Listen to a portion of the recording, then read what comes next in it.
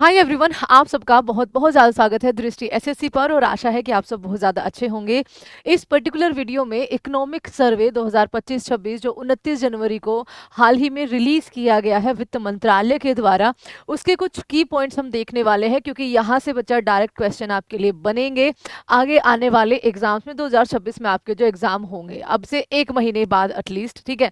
तो चलिए देखते हैं कि क्या क्या मेन पॉइंट्स आपके यहाँ पर रहे हैं और इनके जो क्वेश्चन आंसर्स के फॉर्म में हम आपको जो मंडे आपका यहाँ पर 10 मिनट करंट अफेयर जाएगा, वहाँ पर भी हम आपके इसमें बात करेंगे, ठीक है।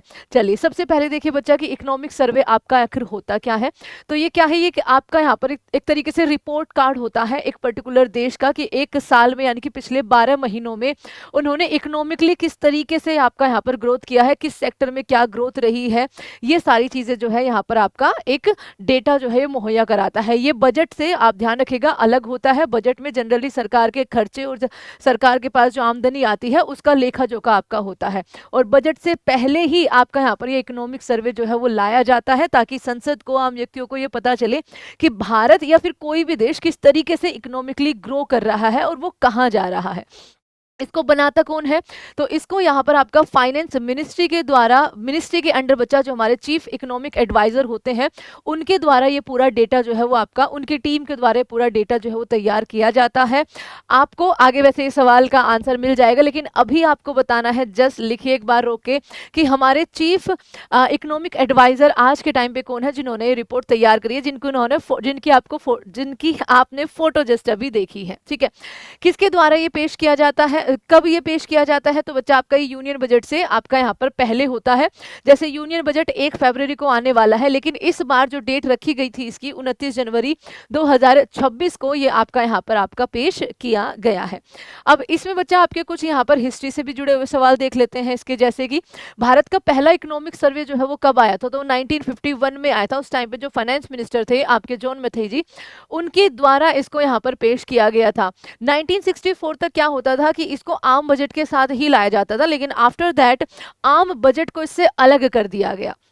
उसके अलावा बच्चा यहाँ पर ध्यान रखिएगा, जो हमारे करंट आर्थिक सलाहकार है, मुख्य आर्थिक सलाहकार, ही इज अनंत नागेश्वरन जी, और ये संविधान में अनिवार्य नहीं है, यानी कि संविधान में इसको ऐसा जिक्र नहीं है, लेकिन बजट और इसमें यही एक मेजर फर्क भी होता है बच्चा कि बजट हमारे संविधान के आर्टिकल 112 में यहाँ पर बहुत अच्छे तरीके से मैंशनड है, ठीक है।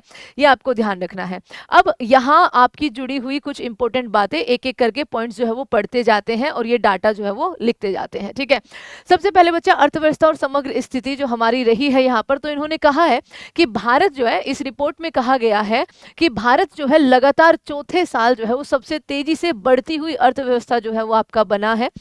प्रथम अग्रिम अनुमानों के अनुसार वित्त वर्ष 2026 के लिए वास्तविक जीडीपी दर जो रहने वाली है वो 7.4 रहने वाली है, जबकि जो सकल लाभ वृद्धि दर है यानी कि ग्रोस प्रॉफिट ग्रोथ रेट जो अपना है वो 7.3 रहना है। ये ध्यान रखिएगा बच्चा, यहाँ से आपके क्वेश्चंस बनेंगे तो इनमें कंफ्यूज बिल्कुल नहीं होना है। भारतीय अर्थव्यवस्था की संभावित विकास दर यानी कि बच्चा एक्सपेक्टेड जो आपके यहाँ पर ग्रोथ रेट है वो लगभग आपका 7% तक रहेगी, जबकि वित्त वर्ष 2027 के लिए इस जीडीपी वृद्धि दर को 6.8 से 7.2 के बीच रखा गया है। इसके अंदर बहुत इंपॉर्टेंट है ये वाला पेज। दूसरे में आते हैं बच्चा कंजम्पशन एंड इन्वेस्टमेंट को लेकर।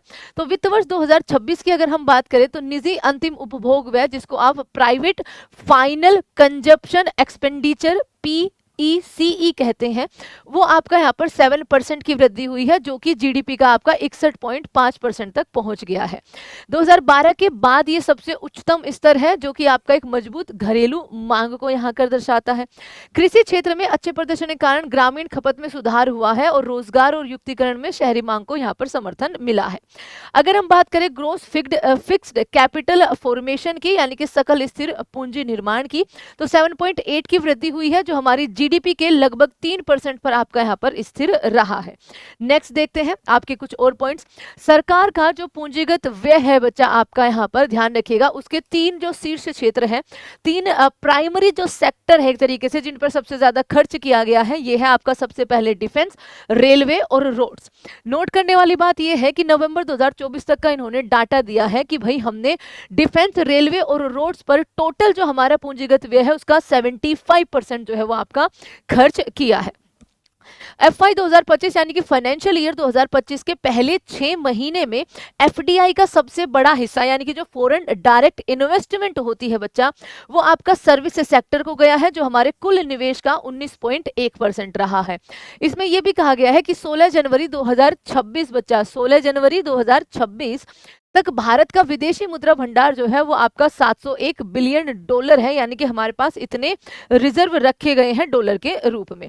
तीसरे आपका यहाँ पर जाते हैं बच्चा, यहाँ पर फिस्कल डेवलपमेंट्स में, यानी कि राजकोषीय घटनाक्रम जो अपना रहा है, कैसे घटा है, क्या आज के टाइम पे हमारी स्थिति है। तो इसमें सबसे पहला पॉइंट है बच्चा, केंद्र सरकार की जो आपका रेवेन्यू रिसिप्ट है, ठीक है, रेवेन्यू रिसिप्ट जो है वो आपका बढ़ी है 2025 में, जीडीपी के 9.2 पर पहुंच गई है। कितने पे? 9.2 पे।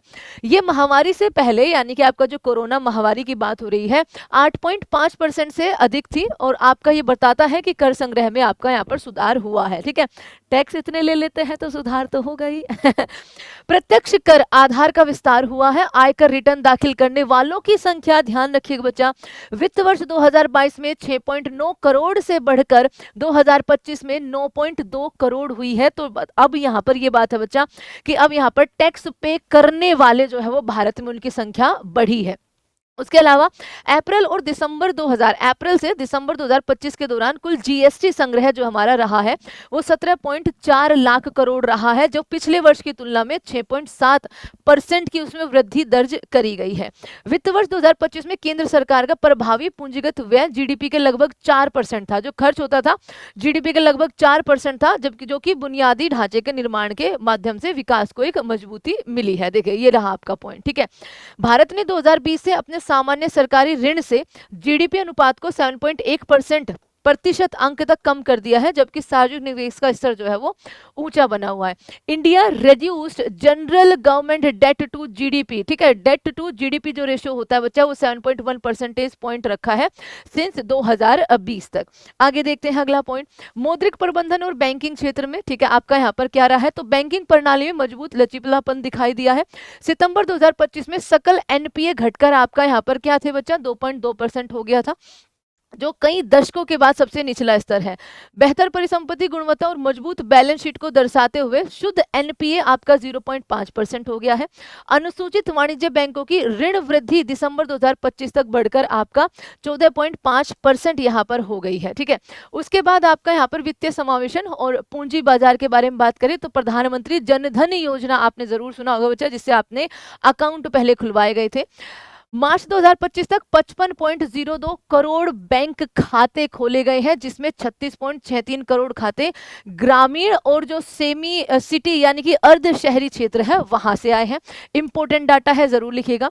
सितंबर 2025 में अद्वितीय निवेशकों की संख्या 12 करोड़ से अधिक हो गई है, जिनमें लगभग 25% आपकी कौन थी, महिलाएं थी। वित्तीय भागीदारी के विस्तार को उजागर करती है। महानगरों के परे भी म्यूचुअल फंड की पहुंच का विस्तार हुआ है। गैर स्तरीय प्रथम और द्वितीय शहरों में निवेशकों का हिस्सा जो है वो बढ़ रहा है। गिफ्ट सिटीज एक अंतरराष्ट्रीय वित्तीय केंद्र के रूप में उभर रहा है, जो कि भारत में वैश्विक पूंजी लाने में मदद कर रहा है। छठा है बच्चा बाह्य क्षेत्र का प्रदर्शन, यानी कि जो एक्सटर्नल सेक्टर है अपने, उनके बारे में बात करते हैं। विदेशी माल निर्यात यानी कि ग्लोबल मर्चेंडाइज एक्सपोर्ट की अगर हम बात करें बच्चा, तो भारत की इसके अंदर हिस्सेदारी 2005 में 1% से बढ़कर अब 2024 में लगभग दोगुनी हो गई है, 1.8% हो गई है। जबकि सेवाओं के निर्यात में हिस्सेदारी 2% से बढ़कर आपका 4.3% हो गई है। सेवाओं यानी कि जो सर्विसेज हम देते हैं, जैसे टीसीएस वगैरह, ये आपकी कंपनियां हैं, ये दूसरे देशों को सर्विसेज प्रोवाइड करती हैं। सेवाओं के निर्यात के मूल्य की बदौलत 2025 में कुल निर्यात रिकॉर्ड 825.3 बिलियन डॉलर तक आपका यहाँ पर पहुंच गया था। बहुत बड़ी उपलब्धि है। सेवाओं का निर्यात सर्वकालिक अपने हाईएस्ट लेवल पर आपका पहुंच गया है, जो 387, ये पॉइंट बहुत ज्यादा इंपॉर्टेंट है। हमारा जो सर्विस सेक्टर का बच्चा, जो हम निर्यात करते हैं, सेवाएं जो हम देते हैं दूसरे देशों को, वो 387.6 बिलियन अमेरिकी डॉलर रहा है। इसमें 13.6% की वृद्धि दर्ज की गई है। और अब हमारी इकोनॉमी में जो सबसे ज्यादा यहाँ पर योगदान दे रहा है, दैट इज सर्विस सेक्टर ही। भारत वैश्विक स्तर पर प्रेषण प्राप्त करने वाला सबसे बड़ा देश बना है। वित्त वर्ष, प्रेषण का मतलब बच्चा आपका यहाँ पर जो रेमिटेंसेज होते हैं, रेमिटेंस जो आते हैं, ठीक है, वित्त वर्ष 2025 में 135.4 बिलियन अमेरिकी डॉलर का प्रभाव हुआ, जो जीडीपी का लगभग 3.5% है। बहुत इंपॉर्टेंट पॉइंट है। विदेशी मुद्रा भंडार बढ़कर अपना, ठीक है, ये शायद हमने कर चुके हैं ना, कि हमारा जो फॉरेन डायरेक्ट इन्वेस्टमेंट है, विदेशी एफडीआई नहीं, विदेशी मुद्रा भंडार जो हमारा है, ठीक है, जो रिजर्व रखा रहता है, वो 701.4 बिलियन अमेरिकी डॉलर जनवरी 2026 तक का ये आपका डाटा है, जिसमें लगभग 11 महीने के आयात की भरपाई हो गई है और बाहरी ऋण का 94% हिस्सा जो है वो आपका कवर ये करता है। तो फॉरेन एक्सचेंज रिजर्व की बात हो रही है बच्चा, एफडीआई की नहीं है, हो रही है फॉरेन एक्सचेंज रिजर्व्स की बात हो रही है यहाँ पर। आगे देखिए 7वां आपका पॉइंट है मुद्रास्फीति का जो रुझान है। देखिए इसमें क्या है, अप्रैल से दिसंबर 2025 के दौरान सीपीआई मुद्रास्फीति की औसत दर 1.7 थी, ठीक है। मुद्रास्फीति में आई तीव्र गिरावट मुख्य रूप से खाद्य और ईंधन की कीमतों में नरमी के कारण जो है वो आपकी हुई है, ये आपको याद रखना है। आपका एग्रीकल्चर और उससे जुड़े हुए सेक्टर्स की अगर बात करें तो वित्त वर्ष 2024-25 में खाद्यान्न उत्पादन यानी कि जो फूड ग्रेन प्रोडक्शन है वो 3,577.3 लाख मेट्रिक टन तक पहुंच गया है। पिछले वर्ष की तुलना में 254.3 लाख मेट्रिक टन ज्यादा है। उसके अलावा हॉर्टिकल्चर की बात करें बच्चा, आपका यहाँ पर 1/3 का योगदान देने वाली बागवानी 362.08 मेट्रिक टन उत्पादन जो है वो किया है, जो सबसे ज्यादा है। लाइव स्टॉक एंड फिशरीज की बात करें तो स्ट्रॉन्ग लॉन्ग टर्म ग्रोथ जो है यहाँ पर दिखाई दी है। 140% तक आपका यहाँ पर 2014 से 2024 तक का ये पूरा डाटा इन्होंने दिया है, बड़ा है। अंडर पीएम किसान योजना बच्चा, PM Kisan more than 4.09 lakh crore has been transfer to farmer standing income support. ENAM योजना आपका चल रही है, eNAM the price discovery by integrating farmers traders and FPO across the states. 9वें की बात करें सर्विस सेक्टर की, तो उसमें आपका यहाँ पर क्या प्रभाव आया है, सर्विस सेक्टर में बच्चा सकल सेवाओं का सकल घरेलू उत्पाद यानी कि जीडीपी में 53.6% का आपका यहाँ पर योगदान रहा है। और सकल लाभ जीवीएसी बच्चा, ठीक है, यहाँ पे होगा, हाँ जीवीए, ठीक है, 56.4% हिस्सा जो है वो रहा है किसका, सर्विस सेक्टर का, जो अब तक का सबसे ज्यादा है। ये भारत का सेवा प्रधान अर्थव्यवस्था की ओर यहाँ पर बदलता दिख रहा है। यानी कि जो एक टाइम पे, इसका मतलब ये, जब हमारा कृषि सबसे बड़ा सेक्टर हुआ करता था जो जीडीपी में योगदान करता था, अब वो सर्विस सेक्टर हो गया है। उसके अलावा आज बात करें बच्चा आईटी व्यावसायिक सेवाओं और डिजिटल रूप से प्रदान की जाने वाली सेवाओं के दम पर भारत वैश्विक स्तर पर 7वां सबसे बड़ा सेवा निर्यातक बनकर उभरा है। वित्त वर्ष 2023 से 25 के दौरान कुल प्रत्यक्ष विदेशी निवेश का 80% से अधिक हिस्सा सेवा क्षेत्र में आकर्षित हुआ है, ये भी आपको ध्यान रखना है। यानी कि हमारे पास जो फॉरेन डायरेक्ट इन्वेस्टमेंट आती है वो सबसे ज्यादा कहाँ आ रही है, सर्विस सेक्टर्स में आ रही है। इंडस्ट्री और मैन्युफैक्चरिंग की बात करें तो वैश्विक मंदी के दबाव के बावजूद आजकल कोई भी देश की इकोनॉमी बहुत अच्छा कर नहीं रही है, लेकिन इंडिया फास्टेस्ट ग्रोइंग जो है आपका यहाँ पर इकोनॉमी बनी हुई है। तो उसके बावजूद बच्चा की मंदी चल रही है विश्व भर में, वित्त वर्ष 2026 की पहली छमाही में जो आपका यहाँ पर बच्चा उद्योग का सकल बाजार मूल्य था वो 7% की उसमें वृद्धि हुई है, जो हमने सबसे पहले आपको दिखाया था। विनिर्माण सकल मूल्य यानी कि आपका यहाँ पर मैन्युफैक्चरिंग जीवीए आपका वित्त वर्ष 2026 की पहली तिमाही में 7.72 और दूसरी में 9.13 तक आपका बढ़ गया है। 14 क्षेत्रों में फैली पीएलआई योजनाओं ने 2 लाख करोड़ से अधिक का निवेश आकर्षित किया है, 18.7 लाख करोड़ रुपए का उत्पादन किया है और 12.6 लाख नौकरियां जो है वो दी है। पीएलआई स्कीम्स जो है बच्चा across this 14 sectors attracted over 2 lakh crore investment, generate किया है 18.7 लाख करोड़ का इनपुट, ठीक, आउटपुट किया है बच्चा, क्रिएटेड 12.6 लाख जॉब्स। सेमीकंडक्टर की बात करें तो इंडिया सेमीकंडक्टर मिशन आपका यहाँ पर 10 परियोजनाओं में लगभग 1.6 लाख करोड़ रुपए का निवेश के साथ आपका यहाँ पर घरेलू विनिर्माण को यहाँ पर बढ़ावा दिया है, ये आपका यहाँ पर पॉइंट होगा। नेक्स्ट होगा बच्चा सामाजिक क्षेत्र, शिक्षा, स्वास्थ्य और रोजगार पर क्या रहा है, तो ध्यान रखिएगा प्राथमिक और उच्च प्राथमिक स्तरों पर जो आपका जीआईआर है वो 90% से अधिक हो गया है, जो आपका मैंने महिलाओं के लिए भी एक दिन मैंने करवाया था, ठीक है, कि अब धीरे धीरे बढ़ रहा है। प्रमुख संस्थानों का विस्तार 23 आईआईटी, 23 आपके आईआईएम और 20 एम्स जिनमें विदेशों में स्थित आईआईटी परिसर भी आपके शामिल होंगे। 1990 के बाद वैश्विक औसत की तुलना में मातृ एवं शिशु मृत्यु दर में तेजी से कमी हासिल करी है भारत ने। वित्त वर्ष 2026 की दूसरी तिमाही में रोजगार 15 वर्ष और उससे अधिक की आयु वाले, क्योंकि उनको ही वर्कफोर्स बोला जाता है बच्चा, 56.2 करोड़ व्यक्तियों का रहा है, जिसमें विनिर्माण और सेवा क्षेत्र यानी कि मैन्युफैक्चरिंग और सर्विस सेक्टर सबसे ज्यादा रोजगार देने वाले हैं। ई श्रम पोर्टल एक आपको चलता है, उस पर 31 crore, I am so sorry, e Shram portal आपका चलता है, उस पर 31 करोड़ से ज्यादा असंगठित श्रमिकों का पंजीकरण हुआ है, जिसमें महिलाओं की संख्या जो है वो 54% है।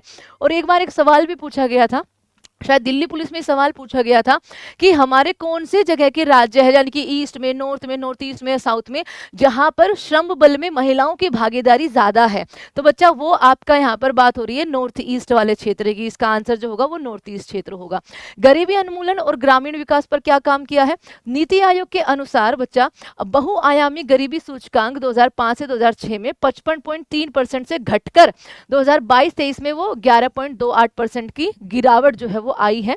वित्त वर्ष 2026 में सामाजिक सेवाओं पर व्यय बढ़कर आपका जीडीपी का 7.9% हो गया है। स्वामित्व योजना जो आपकी चलती है, ड्रोन आधारित संपत्ति मानचित्रण के माध्यम से ग्रामीण संपत्ति स्वामित्व में सुधार जो है वो आपका इसके तहत किया गया है। तो ये सारी आपकी डेवलपमेंट रही है। सर्विस सेक्टर में आपका निर्यात जो है बच्चा वो कितना रहा है? तो आपका होगा मैम 387 बिलियन आपका यहाँ पर निवेश रहा है। अब आपसे एक क्वेश्चन यहाँ पर पूछते हुए चलते हैं, आंसर करिए। भारत में जो आपका फॉरेन डायरेक्ट इन्वेस्टमेंट आई है वो सबसे ज्यादा किस क्षेत्र में आई है? ठीक है, सबसे ज्यादा आपका किस क्षेत्र में आई है, इससे आपको क्या पता चला? और ये सारे पॉइंट्स बच्चा आप जरूर नोट कर लीजिएगा। ये पीडीएफ आपको दृष्टि एसएससी टेलीग्राम चैनल पर मिल जाएगी, वहां से इसके डाउनलोड कर लीजिएगा और ये नोट्स बना लीजिएगा, क्योंकि यहाँ से इस साल, अगले साल जब तक आपका दोबारा नहीं आ जाता तब तक आपके सवाल आते रहेंगे। And thank you so much everyone. जय हिंद एंड प्लीज सब्सक्राइब दृष्टि एसएससी।